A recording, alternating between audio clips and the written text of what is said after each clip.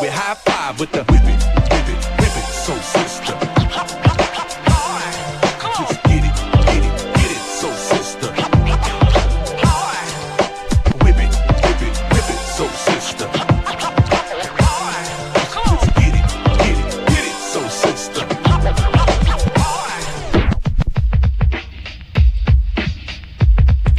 10:30 p.m. J Love the Soundsmith on the ones and twos. RSC Radio, Big Greg, Sadiq, and special guest. Go ahead and introduce yourselves. I'm Mikey. Yes. You like that, huh? Yes. Oh, what do you think for an opening line? Yeah, it's amazing. Yeah, I'm just gonna start out with it. I got something better for the chorus, but I'm Idea, and we're here to talk about a band that we have called Face Candy. And to the right of me is, what am I supposed to say? Oh, it's so, everything I do is awesome. I don't know what to say. What angle do you think it's taking? I think it's taken a wrong turn. That was less than 23 seconds. That's awesome. But then we got Casey O'Brien here. Say hi to everyone. Hey! Proximity effects. He played bass on the Face Candy record. We also have Christoph Crane over to the far right, and he did some vocals with us as well. It's also a project featuring Carnage and Master I and JT Bates, who couldn't make it down. They're popular, so that place to be. So we got the new record, Face Candy. This is where we were, and this is just a one-time installment of what was going on at that time. Correct? Like, this isn't gonna be a project that you're gonna revive or we'll see again, or is it? We're playing in Paris in January. We're playing the Son de Verre Jazz Festival on the 29th, I believe. Awesome. And yeah, that's kind of it. We never play the States. We're too big. I think it's just kind of one of those situations where it's kind of a growth period that we decided was important enough to document, at least for us. And, the way that I look at it is, if people are into it and people want to see it, people want to hear more of it, that specific thing can go a lot further, But I think it's being taken a lot further in different directions in all of our lives artistically. But with that specific lineup and that specific feeling and that specific idea, it's kind of going to depend on whether or not people want to see it, because if they do, we'll play it. It's improvising too, and that's the other thing that I don't even know if it was clear, some of the stuff that I was seeing on the web, but people talk about the record. That's what I was gonna say. Like, why don't you break down kind of what the record is, how it kind of came about, and just Sure. let the people know exactly, I guess, what it is. Well, we started playing actually when I met Casey through Phil Day from the Native Ones. We just decided that we were playing local shows and really low profile stuff, but when Idea and Abilities was taking time off and stuff like that, I still wanted to play, and so I had this idea of just doing freestyle shows with a band. But I didn't really have any idea how it would sound or what it would turn into until I met Casey. And originally Phil was playing, then wound up meeting JT. He started playing. We actually had Eric Anderson playing keyboards for a while. But yeah, it just kind of evolved into this really solid idea that started with, I think, me, Casey, and JT. Then I met Chris, and Terrell was always involved in the stuff, Carnage and Master I. And I met Chris, and then we had one show at the Triple Rock where it was just first time we had ever played with JT, and the first time we also had ever played with Chris. And there was just kind of something that happened, and it was like, oh, okay, there's a lot, if this is step one on a big ladder, that ladder is really tall, so we should pursue that. Right. But it was all based on improvising, no rehearsal, no thought, nothing really. Actually, when we played the first show, JT and I didn't even talk before we got on stage. It was the first time we played together. So it kind of just turned into this idea, okay, hey, we'll improvise and do these shows. And then the idea of touring came up and recording the tour. So we did select dates in the Midwest and recorded it all live. And for better or for worse, that's kind of what you get. And I think that's why we called the record This Is Where We Were, because essentially that's what it is. This is exactly what we're doing. It's documented. Some parts you can hear the audience not being as receptive. You can't hear the boo. Actually, we cut some of that out. You cut all the boos Yeah, out. it was a big fight, but I think what's actually captured on the record that I'm personally proud of is the tension of fighting somebody who expects something completely different. And you don't have the ability to hide behind a song. Right. You can't say, "Hey, this is my new jam. You don't like it, but I'm gonna hear it and play it." You're not hiding behind anything. When somebody says they don't like it, you're instantly involved in a conversation with them. Right. You know? As an artist, when you do that, and you obviously made a conscious decision to do that, does it feel freer, or is it more nerve-wracking? I think than ultimately it's a fight. I mean, obviously, in theory, it's a freer environment, Right. because you don't have to plan anything. It's all improv. Yeah. But does it feel freer, like as an artist, or are you like, No. is it more nerve-wracking because you don't know what's gonna happen with it? You know? Yeah, I'm always curious, as from an artist's perspective, whether or not that actually is freer to them. Yeah. Although what it actually is freer. I was gonna say one thing is that when I first met you and you started getting involved in what this evolved into, your whole thing, the whole foundation of it was do whatever we can do to try to break through. You said tension, but it was more about the tension surrounding the intention. And when you have an intention of trying to actually evolve the environment that is participating in the whole experience, you fail because there's so many roadblocks and doubt. Yeah. You know what I'm saying? But I know for sure, I can speak on my behalf, that a lot of it was just trying to penetrate into the parts of people that have shadows that they just haven't dealt with, and that we haven't dealt with, and that we just expose it so other people can relate to some sort of insecurity and hopefully evolve everything in a positive direction. And that's what Mikey, that's what you got me on, and that's kind of how that connection happened. Here, but I think that's what's so freeing about it is in a purely artistic sense, if art is separated from life or from humanity, it's less freeing because there's that tension there. Right. But what's more freeing is seeing how screwed up it is to actually be a person and be honest, and seeing what that does, and then actually serving somebody in a completely weird way. It's like, okay, I'm going to change your life by punching you in the face. Yeah. I'm going to show you Right. peace by punching you in the face. It's such an obscure thing, but it almost is more true than something in one way. There's so much truth in that in one specific way. And so in that way it's more freeing because you start to figure out how you feel based on the tension, you know. right. At any point, does the tension make you go, "Oh man, y'all need to learn how to play big shots Yeah. and take the safe route"? Yeah, it's that that thought pops in, but it's never something serious. That thought pops in, and it's like, hey, that'd be funny to actually like downplay what we're doing by doing that. Actually, one of the shows we were playing in Winona with Casey, when people started, hey, you're not DJ Abilities, started doing that. And I was like, dude, Casey play bought big a shots. jersey. But no, it's kind of almost more of a joke because it is more intense and more freeing to just say, no, we're breaking down a wall. Yeah, and plus I'm so into Donna Summer. that Everything just Hey, you can't, is all right. dude. Careful, dude. We're gonna get sued. No, what you just said is just kind of just disassociating from any associations or names or label or tag on anything. Yeah, and that's what's so freeing about it, and also Right. for the people that actually can get into it while it's happening. Yeah, the spontaneity. It breaks down their walls too a little bit. And what I think is really interesting is on our MySpace page we have some people commenting like, "This is amazing stuff. You got to play Lawrence." And it's like, hey, 3 of the songs off the record we were playing Lawrence. You know, like we were there. That's what we did. You know, it's just kind of a funny thing. So, where all was it recorded? Do you know? I suppose I can read liner notes. Yeah, throughout the Midwest. Casey probably knows some of the venues better. Yeah, I don't. Go. It was You got 10 seconds. Yeah, basically throughout the Midwest. The only show that didn't make it on there, I believe, was there's 2 of them. One was Duluth, didn't make it because it was just too loud. Cohesive. And, Cohesive. No, I mean, the crowd was just too loud. And Chicago, we were going to put out separately, but ended up not doing that just due to time constraints. No Minneapolis.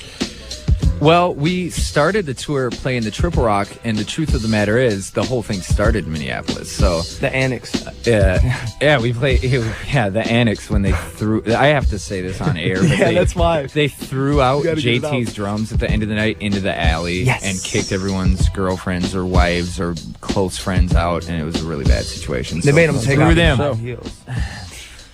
But yeah, so I think, and we did actually start the tour by playing a benefit show at the Triple Rock, and that was one of the other ones that didn't make it. T-Rock. Hey man, when you got like 10, 12 hours, you can pick a good 45 minutes.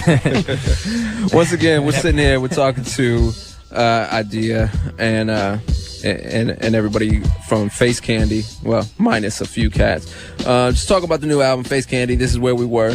It's basically a completely live freestyle improv album, all recorded live while touring throughout the Midwest. Hit stores this Tuesday. Was it what made you want to do this? Oh, this is for me. Yeah. I think at first it just came out of the necessity of wanting to play at a time when abilities and I were just not performing. I just still wanted to play, but there was this kind of subversive idea in my mind, or subconscious idea in my mind, that I just wanted to explore this for, like, at the risk of sounding arrogant or something, this talent that I think I've had, or at least everyone's always told me that I had, but without the boxes that it always gets thrown into, and really trying to figure out, okay, what is freestyling to me? Is it like winning a battle? Well, yeah, on one level, I guess it is, but then there's something a lot more special and a lot more untainted that can happen when you're really exploring and really going into it. And so that's kind of, especially after I met Casey and JT, that's actually for the first time in my life in one way. I felt like that was the first time I ever played music, was playing with them. Yeah. And so as far as developing it and growing with it, the psychological benefits are just so big, it's like never felt that good after a show, because it really became, I know it's kind of cliche to say, it's like artists are like, oh, it's so therapeutic to go up there, that's what everyone says, but when you really kind of cut yourself open and show that to people, and instead of just saying, on the indulgent level, instead of just saying, hey, I got to do that for me, when you really cut yourself open and it really just, other people cut themselves open, and that all just kind of meshes, and then there's this new energy of, okay, the old world is dead. Yes. The old emotions are dead. The old thought is dead. Now it's time. And you just feel like this, even if it's just 5 people, you'd feel like the whole world's changing just in that night, And ultimately, when you're improvising and you're in a situation like that, it's completely dependent on the room that you're in. It's completely dependent on the vibe that you get from the people around you. So you're putting yourself on stage and saying, okay, this is what I've accomplished this far. This is what's going to happen, because it's a pure thing. You're going in with no preconceived notions. But then when you get into, like, take Chicago, for instance, when you get into a situation where people are not happy, that you're going to be like, yeah, man, I'm awesome. Their I'm free. expectations. Yeah, and then, it turns into a darker thing, and ultimately, I mean, that show was awesome. I think, maybe we'll put it out on a MySpace page or something like that eventually. Getting into a situation like that where it's reactionary and it's, dependent upon your abilities to play your instrument or whatever that may be. It's closer to a real conversation, because it's like, hey, this guy's pissed off. We're having a freaking argument right now. Yeah, like, okay, if you had a knife right now, this would be a totally different interview. Yeah, right. It's and that's like that. That's the thing. Is like you learn your ability to take and shed a positive light in these like really kind of tense situations. And it also becomes like a lesson on perspective on how to deal with conflict in a healthy way. Sure. Yeah. You know what I'm saying? Where that's, even if it's between yourself and somebody else, or them and their mom, or them and a part of themselves, it's like, ultimately, if you're being that sort of model for it, then that's kind of the outcome or the byproduct of what you're trying to do. Like with people's expectations, you know, people expected a certain thing. A lot of people expected a certain thing because that's what they were doing. They had a projection of it. But when it's broke down, we leave them with an option of you can deal with it like this or like this, and you know which way is right. Yeah. I mean, at any point, I mean, do you look at it and you go, man, maybe this is a little too challenging for the average fan, the average. Yeah, but that's the thing is like, I understand from an idealistic point of view, you go, well, we have to challenge them, you know what I mean? But does that concern you at all? For sure. You know, Sean Dunston is thanked in the credits on this, and he's my favorite shortstop for the Cubs. He would never listen to this record. Yeah. I mean, do you think about it and go, you know? I just, man. I mean, I guess it kind of falls into that thing that I guess you could line it up and attribute, you know, or tie it together with so many different things, where you kind of miss the people that you want to get to explore this, and you only end up reaching the people who already understand this. Yeah. Wow. You know what I mean? Yeah, I think in a lot of ways that is the case, but that's what the beauty of documenting something is, you know? Because then, you know, for better or for worse, you can say, hey, it would have been smarter to even walk out on stage and introduce ourselves differently for somebody, you know? And maybe that was the person who needed the right introduction to actually get into some of the thought. But what's the beauty in documenting something is that it'll come around, you know? And I just have faith in good art, and I have faith more in honesty and good human interaction. And I just feel like in some of those situations, which I would have done different, and which I think now I do different, there's a bit of a learning curve as far as that for me. But, you know, that guy that needed a better introduction or needed a better package or something like that, I just have faith that eventually they're going to get it. They're going to stumble across it at the right time when somebody's playing it when they're driving in a car or, you know, whatever. It's like, I just think that since you have this medium that is pretty much forever, as far as we know, until like humanity's different and we're like flying around, you know, something, it's forever, you know, and it can, I'm not in a rush to try to influence anything, you know, it's just like, yeah, man, let it happen. And that's, I think, the whole approach with the way we're doing this record is like, yeah, throw it out, you know. I mean, I guess, yeah, I mean, from an outside perspective, I would say it seems just as much about, you know, you guys as it does putting something out there for other people. Right. Yeah, I can see that. You know, one thing is like, and obviously I'm not comparing the music, but just comparing the idea. When The Rite of Spring was released, Stravinsky, that caused riots. When Charlie Parker and Dizzy were doing that thing, people hated that. Now it sells cars. Sure. You know, so it's just an idea, and it's challenging. It's challenging to the listener, and it's you know, it's definitely challenging for us to do it. Well, that's what. But yeah, it's an idea that I think needed to be presented from my standpoint, and this is a good documentation of what we did. Right, and that's the thing is when you really believe in it, I think it's a little more egotistical in a certain way to actually think about hitting all these people, because then you're starting to think about yourself. You're starting to think about your career. You're starting to think about how you're viewed. I'm actually thinking about the fact that if people are still using CDs in 200 years, it would be really nice if somebody picked that up and it did something. You know? And that almost, from an artistic sense, has to be your complete intention, because there's a lot of very intelligent ways to approach new ideas that miss some of the people for the now. That, you know, and whatever. We're starting to talk about like a really that can I don't know. That I think one way you could sum it up is an experience that we recently had with a homeless person, somebody who needed money. It's like, they're like, I need a couple bucks because my daughter, I can't find her, and somebody won't bring me gas, and I'm stuck here. I need a couple bucks. So instantly I give him some money, and then he walks away, and me and Mike are talking, and I'm like, did I do the right thing? And we ultimately came to the consensus that I gave him the money. That was my job. So if he goes and buys something with it that I wouldn't support, that's on him. That's on his conscience. But I know I did the right thing because I was helping something. Yeah. And eventually, wherever that goes, I don't know. But I mean, if you do that, then that money is good money. You know, I think to a degree that, like, when people come to see somebody, you know, they have the preconceived notions of what they're coming to see.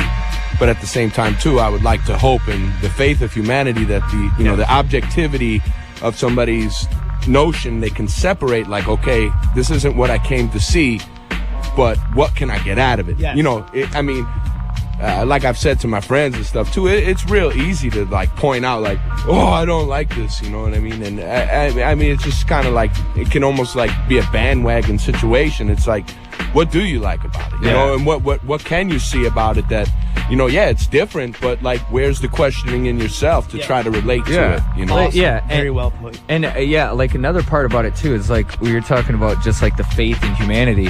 A long time ago for me, this started with Idea and Abilities. I stopped underestimating people's intelligence because if you always do that, the world stays unintelligent. You know, you have to give them you have to show whatever light you can show and just say, hey, you can deal with this, man. You really can. You know, and because I think the thing that perpetuates people not opening up their mind is you assuming they're not going to open up your mind. Yeah. Well, not only that, I mean, you might miss the one or two people that through challenging them might actually open up to something new. Yeah, to something really. So even if 50 of them don't, Yeah. but 2 do, that's 2 more people that were just now enlightened and see something differently. So yeah, I mean, it definitely makes sense. If you're just tuning in, we're sitting here with Idea, Casey O'Brien, and Christoph Crane from Face Candy. Talking about the new album, Face Candy. This is where we were, in stores this Tuesday. Also features Carnage, Master I, and JT Bates on drums. The rest of the fellas couldn't make it this week. I didn't even realize it was this late. I'm sitting there and I was like, damn, have we really been talking that long? It's like 10 minutes too. So that's a good I'm conversation. super interesting. That's my I thought that's what it was. Greg summed it up perfectly. So of course, since we only got like 10 minutes left, man, wait, what? You want to talk about her first? No, we will wait till next week. I do not. She looks like she stinks, man. That's all I'm gonna say. She reeks of insecurity. So, you guys want to rap? Yeah, I'd love to. No. We could switch. Yeah. Casey's like, well, yeah, I mean, What is put it in there. Everybody I've never heard this beat before. No, we gotta, if you change up the beat. We're gonna go ahead and turn this up and let you guys get on the mic before we get up out of here. And then we'll talk a little bit more before we go. So, as J Love switches the beat. Or I can start now. I just wanted something that's like kind of new and inspiring, maybe. Flute playing. RSC Radio. That's just the Mobb Deep beat. It's like so Uplifting. so done. No, it's just I've freestyled that 4,000 times. Is this The JBs. Where do I turn up the volume?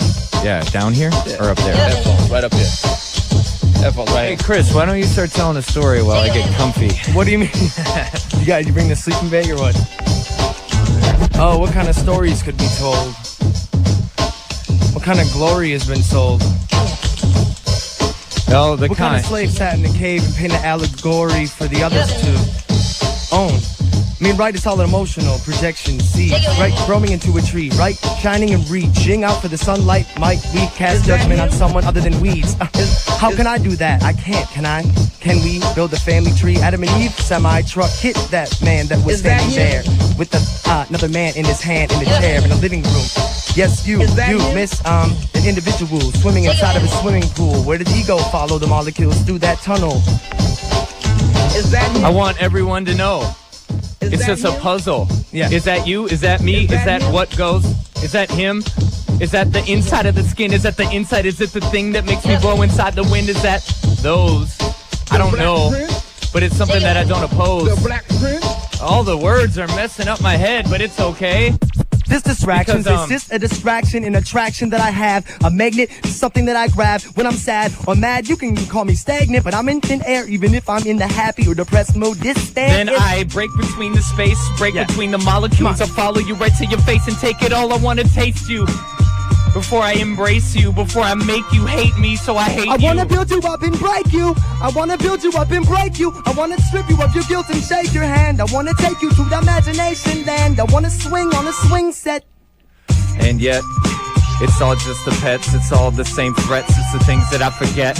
I wanna touch it yet, I wanna see it glow. I wanna see how far this world makes me not go. It's the things that make me wanna break something and regret it. It's the things that make me wanna take perspectives. It's the things that make me wanna think past the in-sync cosmic universe that I am spinning in. I think I've had a spasm, my spine is in a contorted manner. And if you try to see me, it doesn't matter. I'm made of matter, maybe we can take it to a place or a spot where my eyes are lazy and we can try to erase the marks that we've made on this territory that we think is ours.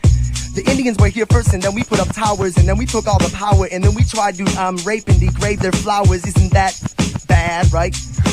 Bad and good. Stabs, hey, right. Should we back up the microphones a little bit? Is that popping actually coming through? Yeah. Actually, you know what? Indian, that isn't even a proper thing to say. Because Christopher Columbus sailed this way, and he actually thought he was going to India, so he called the people Indians. But actually, they were the ones, the earth, the place, and then we took over the blades of grass. Yeah. The things that make you laugh. Don't be addicted to your past. Come on. Don't listen. Don't take it for the grass. Don't take me that fast. Don't take me that fast. And I laugh. In between the smiles and frowns, and I would like to travel around, travel right inside of the ground and gravel up all the gravel in my teeth. Try to travel all past the speak and all past the things that make me feel so weak. I want to see you every morning, I want to see you speak, I want to see you rise up, but I can't do that, I can't be your savior. Seriously, I think we need to just favor, and every stranger that I meet is just a neighbor, and every stranger that I meet, I give her a kiss on the cheek, and I say company needs misery too. So if you try to judge me, then you're nothing in loving a part of me that's bruised.